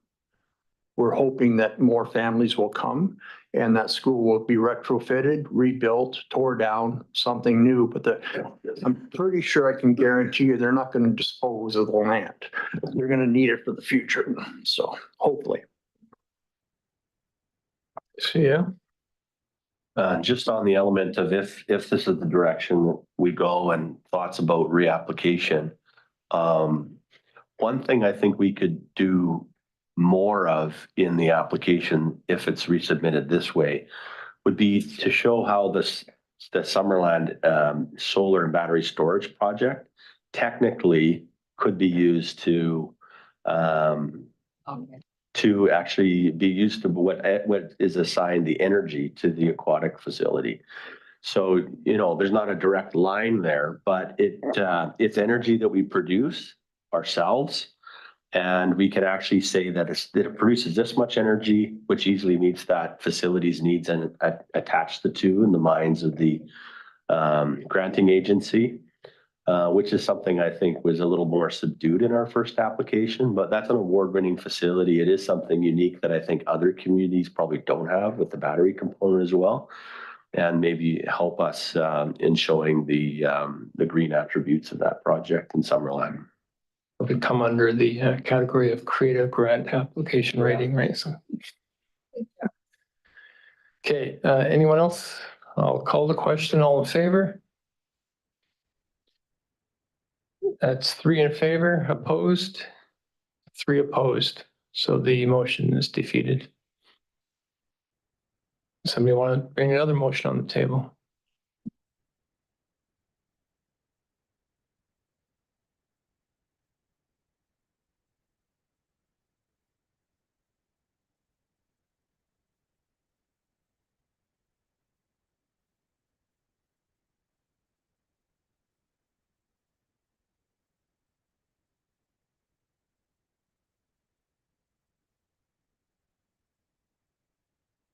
Councillor Patton. Thank you, Worship. Lori, what steps or what type of motion would we have to put forward in regards to the 3 million?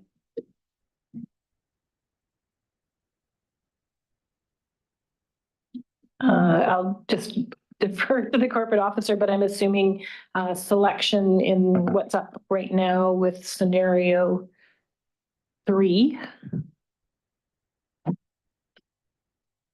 And I don't know if we need specific additions to this, Kendra, just as far as adding $25,000 to the budget.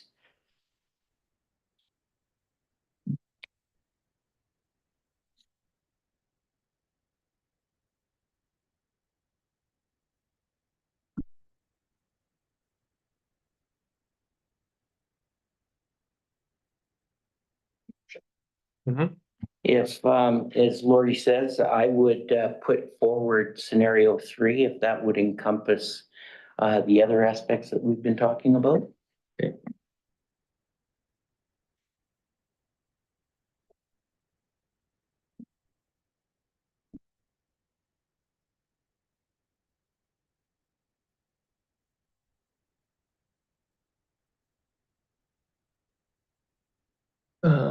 Okay. Now, how do we distinguish? Scenario 3 talks about complete retrofitting. So the full 20, as well as it talks about the 25 million and the 3 million, right? So how do we distinguish? We're just talking about the 3 million.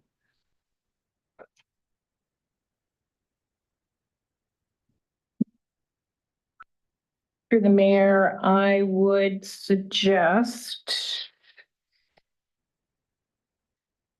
that it specify that we apply for a retrofit application under $3 million. So that's that's one of the categories in the applications. That'd be good.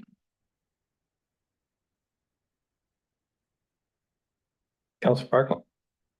Yeah, Lori, could you elaborate a little bit about what this $3 million threshold means to the grants and the distinction for above and below?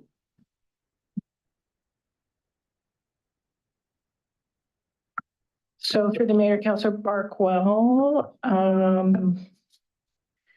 so large retrofits or so that you can do a small retrofit project from 100 to 250,000, or a medium retrofit from 250 to 3 million. So that would be in that under 3 million category.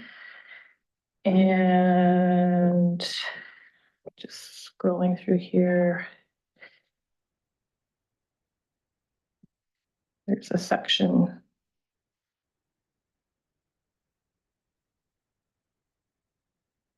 So eligible retrofits must include green retrofit measures, renovate, upgrade, or repair aspects of a physical building in a way that it improves the environmental outcomes, achieve 25% energy efficiency.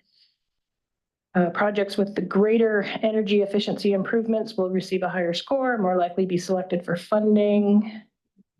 Projects must demonstrate the ability to achieve greater GHG emission reductions relative to the building's baseline. Examples could be lighting systems, window glazing, faucets, HVAC upgrades, roofing, insulation, climate resilient retrofits, solar panels, geothermal. So there's a wide range of what that could be. Does that answer your question? You're looking for something specific?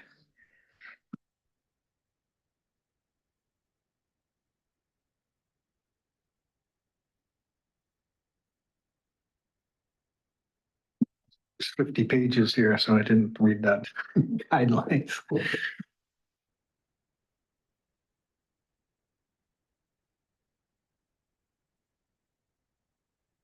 And Lori, so we'll have a consultant, this $25,000 will be for a consultant to come up with what they have to come up with. How much of your time will any priorities have to be shifted in your department to be able to do this? Yeah, that's a tough question. I'm not sure how much time it'll take. I think a majority of it would be the consultant's time to go in and actually do an analysis of the systems. So grant review process, some of the information from the previous grant application, just about broader Summerland information. We've already done all the work on that, so we could repeat that information. So most of it would be, I think, weighing on the consultants versus myself. Any further discussion? Councilor Chair. I won't be supporting this. I think that we are giving up the opportunity to, again, apply for a huge grant that could potentially help our community. We're going to be spending another $25,000 just to apply for this grant for 3 million, which is really not that much when you're retrofitting a however old 50-year-old building. And I think this is short-term thinking, so I won't be supporting it. I tend to agree with you. I think it's throwing good money after bad, but we're in a bit of a quagmire here. So if it's I'll vote in favor if it's a tie. So any further discussion? I'll call the question. All in favor? Oh, you have something else? I was just going to note that it can be for repairs as well as the updates. So hopefully we can get enough efficiencies that we can also include repairs. You know what I mean? One boiler, maybe that will be at 25% efficiency alone. I have no idea, but we'll find out. Right? And then have money that can also throw in there for repairs. Okay, I'll call the question. All in favor? All opposed? 2 opposed. Motion carries. Okay, well, let's just, should we do this one and then take a break? Sure. And then before we go into close, we'll just keep plowing through. Municipal and regional district tax, CO, please. Keep on trucking. Okay. Get paperwork here.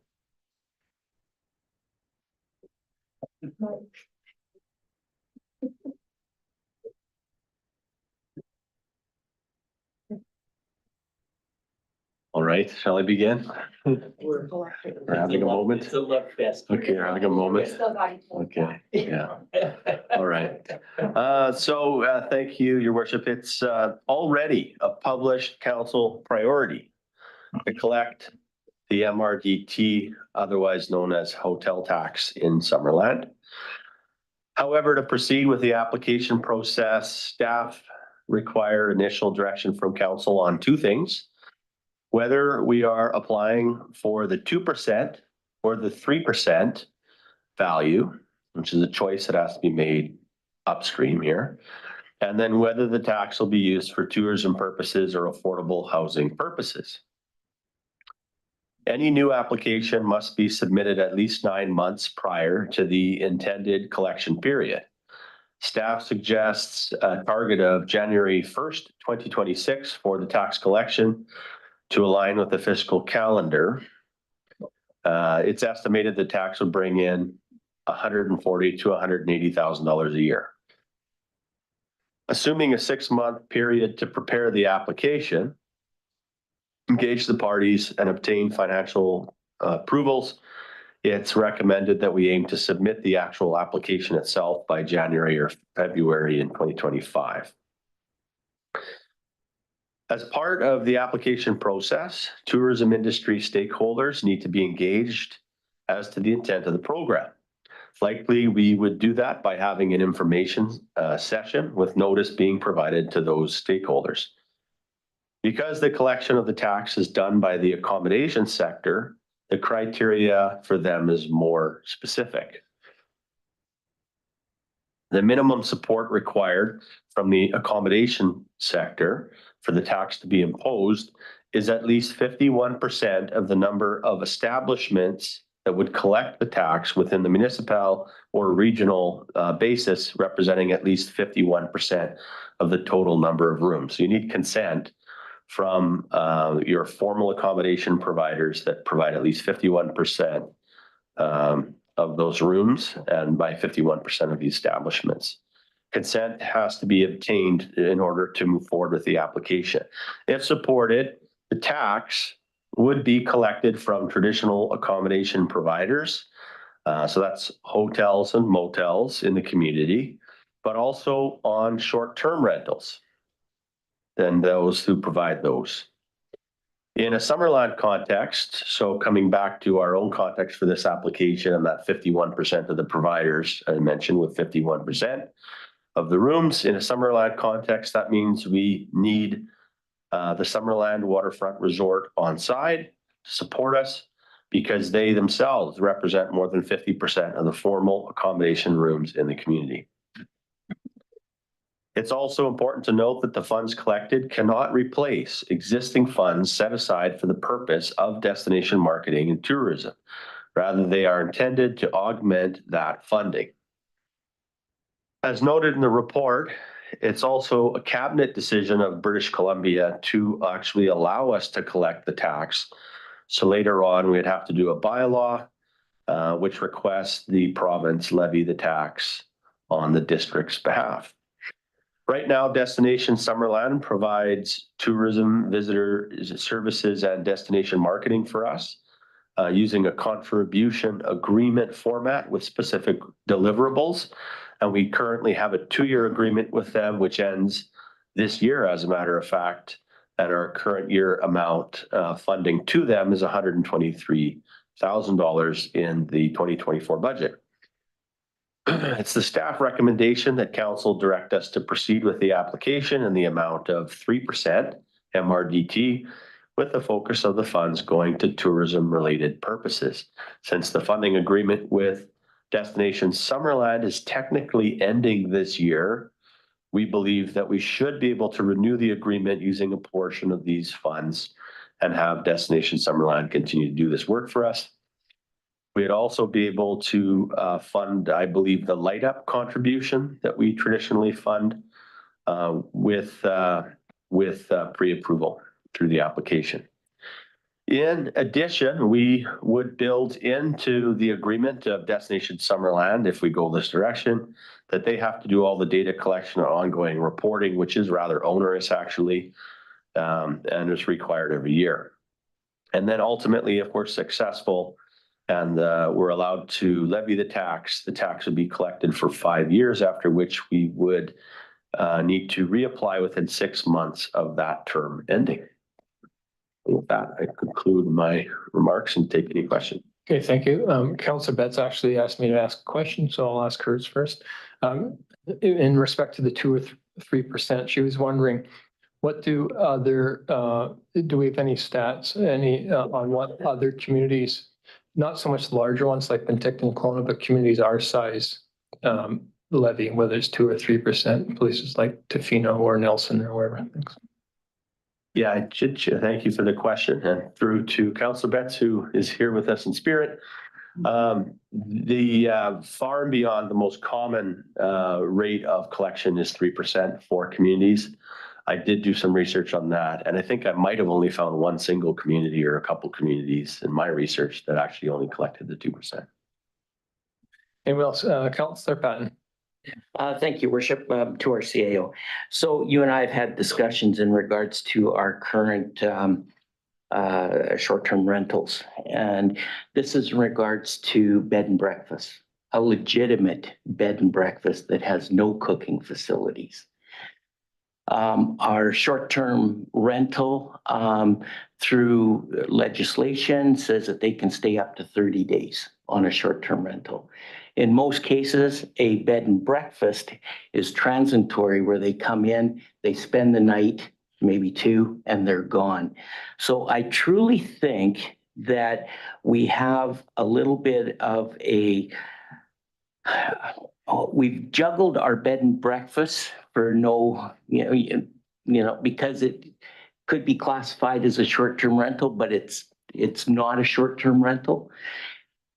So I agree with taxing short-term rentals that take on accommodations or take on our tourist public for up to 30 days. But I do think that we need to tweak in regards to our bed and breakfast. I believe, if I'm not mistaken, we probably had, and Brad may be able to, I think we only had about a dozen, if we even had that many licensed bed and breakfasts in Summerland. So it was a very small number of bed and breakfasts.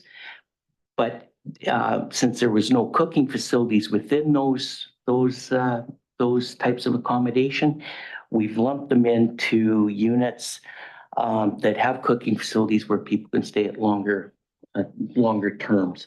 So I agree with this, but I think we need to look at tweaking our bylaw, which we talked about doing back in the day, that if it, and I just found that the bed and breakfast component just doesn't meet what I think what we're trying to do. And if that did come to fruition, I think that a bed and breakfast would not be imposing a 2 or 3% tax on their traveling public, because they're supplying whether they do in the meals to the bed and breakfast, or whether our bylaw, and I do apologize, I should have looked at this before, or our bylaw used to indicate self-catered, where the owner operator would supply the food for the persons.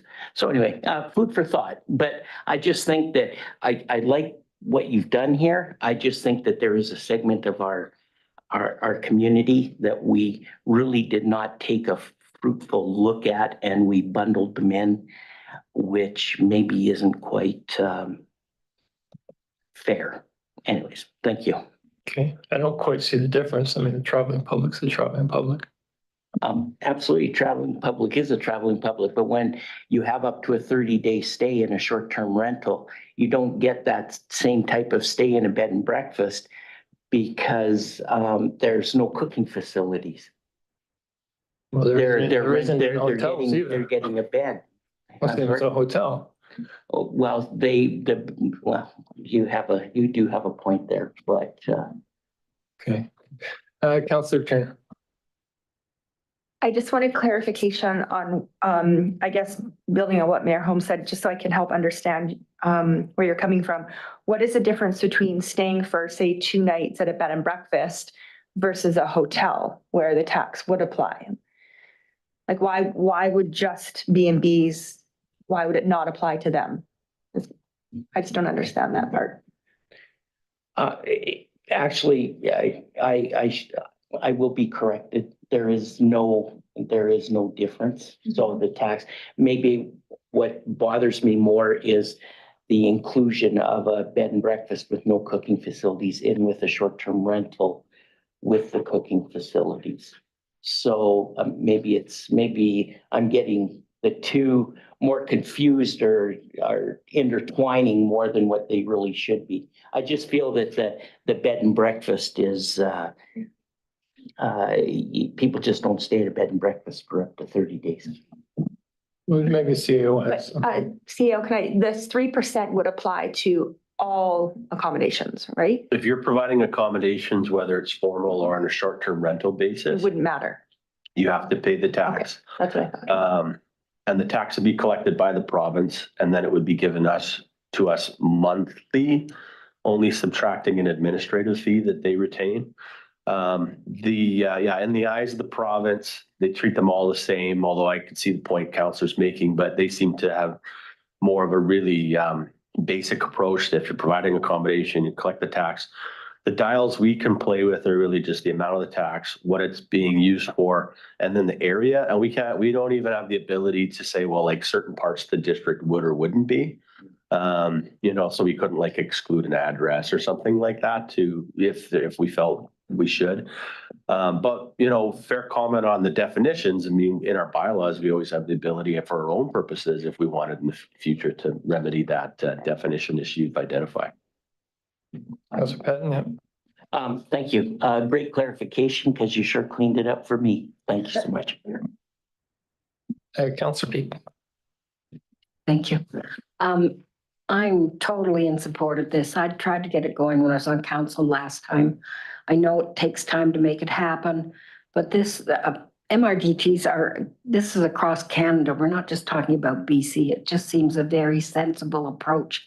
And I think that we have missed out on monies in the past that would have helped promote our tourism and accommodation. And we're expanding what's going to be possible within Summerland. I think that if there's ever a time to get it going, it still takes time to get there, that we should be doing it now. So it says tax will be used for tourism purpose or affordable housing? Can it be used for both? Can you have a portion? Thank you, Mr. Mayor. Very interesting question. So the criteria themselves are a little bit vague on that. When I read deeper in the regulation, knowing it's a cabinet regulation, that's where you would see the different anomalies pop up, amendments to the actual regulation, and there are examples there. I think the District of Saanich maybe was one where they've used both. One thing that they do allow is you can use just the portion with greater ease and less reporting. If you wanted to, what you can do is actually you can use the portion that's the online accommodation provider portion. So, you know, those big on for the short-term rentals, the Airbnbs, the VRBOs, et cetera. You can use those a little more easily towards affordable housing, and they give a bit more leeway. Just some rough math there. I kind of use their provincial calculator. Probably about, I mentioned 140 to 180 would be the total. About 50,000 of that ish would be coming from the online accommodation providers. And so that would be sort of the ballpark number.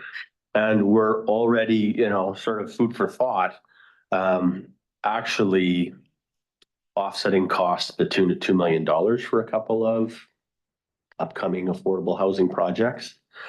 So, you know, those, if we wanted to go that way, could maybe be identified.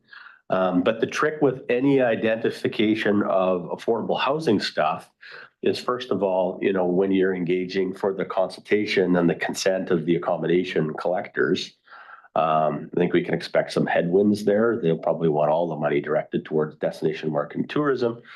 And the second thing is you do have to have specific projects identified right down to the address, how those projects are being funded, who's involved, who the partners. So it's a little more tricky. So unless we wanted to do something just with the OAP money and the existing projects, maybe that we've already agreed to support. So we've committed to supporting 2 projects already, affordable housing projects. Would we be in time? Would we be able to, or would it be considered retroactive? Would we be able to use, if we decided to go down that route, say we use the online accommodation portion for affordable housing, would we be able to count the ones that we've already committed to pay back ourselves? It's a very good question. And my review of the criteria, there's an appendix back here. I think it's 1.8 or 1.9 where it gets into the details on that. I think what we would do if we want to go there is we would actually apply with that specific request and actually identify those projects. Because of course, some of the funds and supports we've already offered, but others are sort of on an ongoing basis, right? So maybe there's a way to replenish our reserves over a number of years through redirecting that online accommodation provider revenue or something. I think that's a possibility. But I almost would lean toward, if we go that way, just sort of noodling over this a little bit, I think what I would kind of recommend is you almost go first for the full 3% on tourism related purposes. If we get that approved, we're allowed subsequently, not in the first year, but we can make a midstream change in the second year to redirect the online accommodation provider portion to an affordable housing related project without a lot of onerous application or reconsulting or reapplication, just with telling the province. So in my view, you almost kind of like, you know, go for the full shebang upfront for those tourism purposes, get through the whole consultation, and then maybe we'd make that shift later if we wanted to redirect. So that's an option. That's just me maybe being easy on myself because I'm going to be the one orchestrating all these consultations. But certainly we can do it either way. And the worst that would happen is they would say no if they felt that their application's offside on that point. Then we'd have to go. Seems it may be better to be honest up front about what we intend to to do with whatever money we're aiming to collect, but it's kind of a weird system that you go back a year later and say, we'd like to change it. Yeah, and to be clear, it wouldn't be so much to do a run around the process as much as it would use the process that they've already provided in notifying all those same stakeholders. We might even still do another engagement, but it would be less onerous than doing it all in the beginning. So, but we could certainly do it either way. You know, they've provided process in both regards. Councillor Peak. Thank you, Mr. Mayor, for bringing that question forward because it was going to be one of mine as well. Just in terms of process, I think it would be simpler to do the staff recommendation, put it towards Destination Summerland, and if there was subsequent decision by council to reapply to it, to look for the online presence, so that money then went to the projects that we have done or future projects that we may approve that we are putting money towards in terms of housing. Okay, so you want to bring that motion forward? Okay, second. Councillor Trainer, any further discussion? Sure. Just one point of clarity. Certain council can go any way they want on this. My recommendation is for tourism related purposes, and I'd be intending to keep Destination Summerland whole.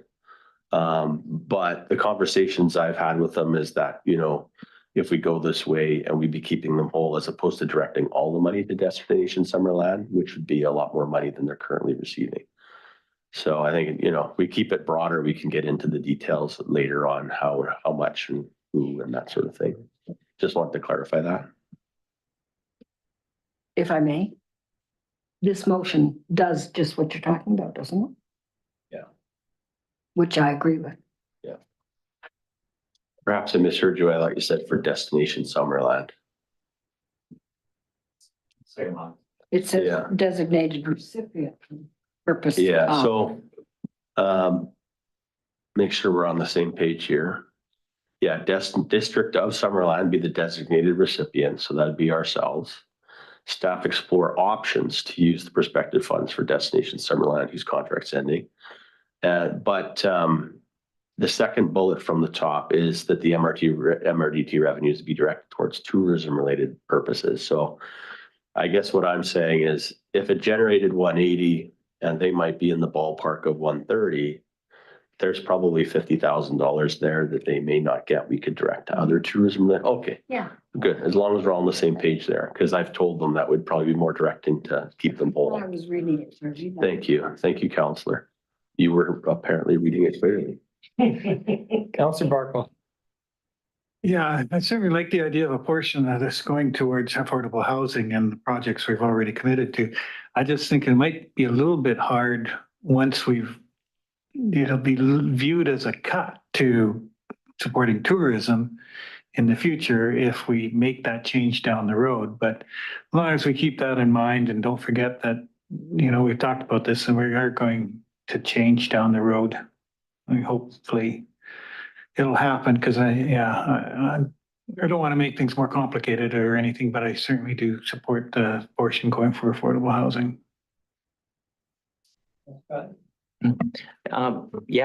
agree with Councillor Barkwell. And the other that just came to my mind is we will be taking that percentage, whatever dollar value it is between, 118, 140, 180, whatever the case is that money will not be coming out of our general coffers, where our taxpayers are supporting Destination Summerland.